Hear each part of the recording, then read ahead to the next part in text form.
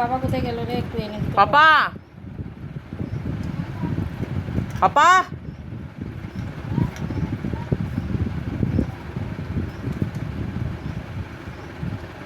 পাপা ওই হাতটা ধুয়ে যে কড়াটার মধ্যে দেখো একটু তেঁতুল টক আছে, ওটা একটু নিয়ে আসো তো, বাবা খাবে বলছে, টক ভালো লাগছে, তার টক খেতে ইচ্ছা করছে।